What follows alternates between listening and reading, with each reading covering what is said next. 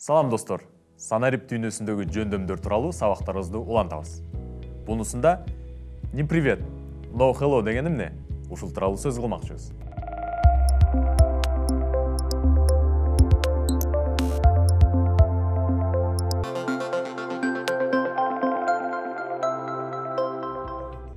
Биз оюнубузду уланта берелиби?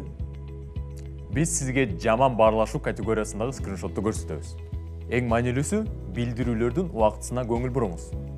Көрдүңүздөрбү? Жаман баарлашуу ушундай болот. Бул жерде эмне туура эмес экендигин жана жакшы баарлашуу кандай болуш керек экенин ойлонуп көрүңүз. Жакшы онлайн баарлашуу ушундай болуш керек. Бул жерде жөнөкөй баарлашуу жөнүндө эмес, онлайн байланышуу жөнүндө сөз болуп жатат. Бунун мааниси эмнеде? Мааниси биз бир эле билдирүү аркылуу кайсы бир суроого жооп алууга мүмкүнчүлүк алыш үчүн сурообуздун сүрөттөмөсүнө өтүңүз. Жаман байланышуунун биринчи скриншоттун билдирүүлөрдү жөнөтүү убактысына көңүл буруңуз. Ал жерде аман биринчи жолу саат 14:40 жазып, суроого саат 18:44 гана жооп алат. Бул өтө кеңири тараган ката. Сураныч: суроолордун маңызын өтүп, башкалардын да убактысын үнөмдөңүз.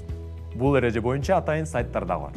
Болгону neprivet.chekit.ru же nohello.chekit.com сайтына кирип, өзүңүз билип алыңыз. Чатка салам деп жөн гана жазып койбоңуз.